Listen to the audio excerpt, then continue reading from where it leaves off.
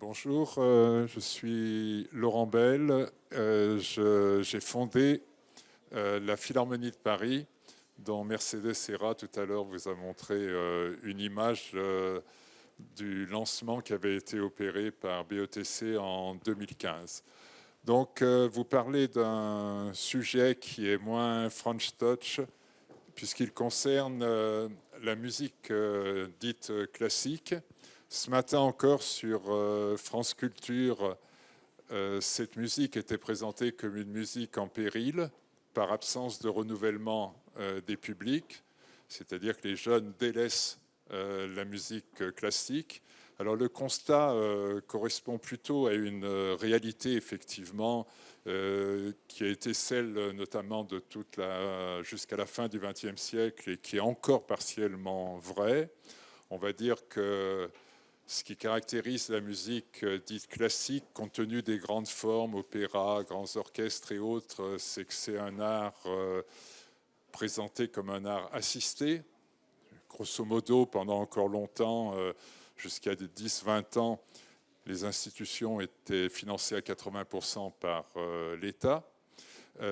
C'est aussi un art divisé, puisque on oppose le classique de toute forme d'autres expressions musicales présentées comme populaires, mais il y a aussi une division à l'intérieur du chant classique entre l'époque baroque, le 19e siècle et la musique dite contemporaine. Donc c'est aussi un art dont le public est âgé et privilégié.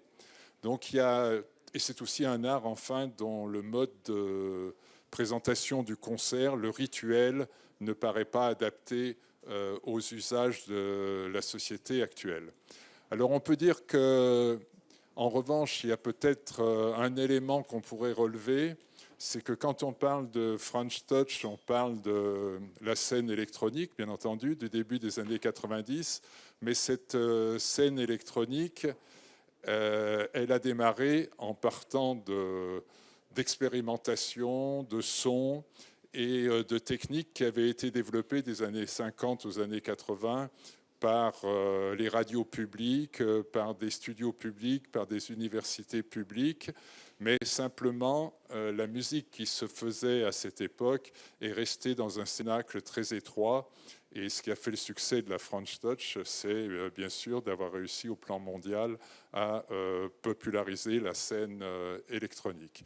Enfin, aujourd'hui, on peut dire quand même que cette musique classique a évolué dans la perception. Premièrement, on le doit aux artistes, puisque aujourd'hui, la génération des, je ne sais pas comment les qualifier, des 40 ans et moins, est une génération qui circule beaucoup plus sur le plan mondial, depuis le succès, par exemple, du violoncelliste Renaud Capuçon ou son frère Gauthier Capuçon, mais aujourd'hui, tous les jeunes artistes français, pianistes, violonistes et beaucoup de chanteurs sont repérés, sont demandés au plan international. Leur formation est de très haut niveau dans les hauts conservatoires de Paris ou de Lyon et d'autres. Et aussi, les artistes français sont mieux formés aux langues étrangères, ce qui a souvent été le problème pour l'exportation française.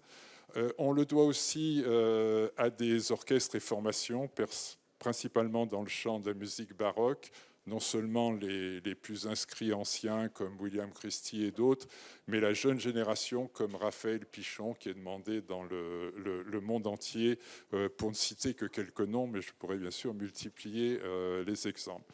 Je pense qu'on le doit aussi, il faut le dire, aux industries créatives. Tout à l'heure, une personne a présenté 10 heures. C'est vrai que ça fait partie d'un processus qui permet une meilleure pénétration de la musique.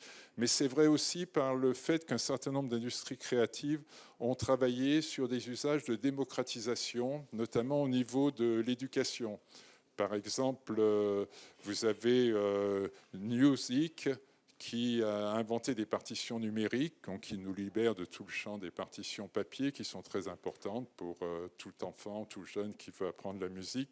Mais vous avez aussi d'autres startups qui ont créé, en française, hein, qui ont créé des applications très très intéressantes. Par exemple, mon enfant veut apprendre à jouer la partie concerto, et ben, de manière virtuelle à la maison, il peut s'interfacer directement avec un très grand orchestre. Et donc, bien sûr, ça transforme tout à fait le plaisir qu'on a à aborder la musique. Ça, c'est des plateformes comme Nomad Play ou encore Métronote qui ont inventé cela. Et quelqu'un tout à l'heure parlait de la réalité virtuelle, mais c'est vrai aussi que des entreprises comme Backlight et d'autres ont fait un gros travail qui peut modifier le champ de la manière d'un public plus jeune d'appréhender ces musiques.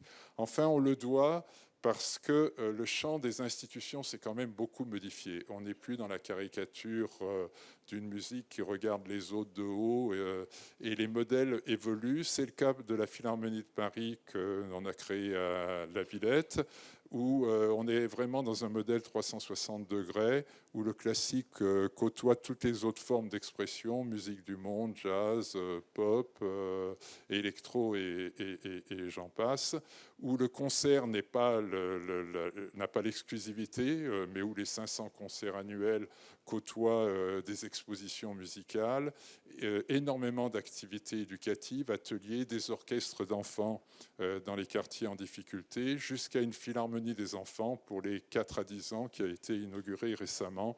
Et ce type de modèle est de plus en plus regardé dans le monde entier. Il essaime, avec une difficulté propre à la France, c'est qu'on est un pays ultra centralisé par rapport à nos concurrents et on a du mal à développer les modèles parisiens, à les transférer dans les régions. Si je prenais que l'opéra, le différentiel entre l'Opéra de Paris et le plus gros opéra de région en France, l'Opéra de Paris est 8 à 10 fois plus gros que celui de Lyon, alors qu'en Allemagne, vous avez une dizaine de villes qui ont des opéras de même importance. Donc ça change beaucoup les modèles.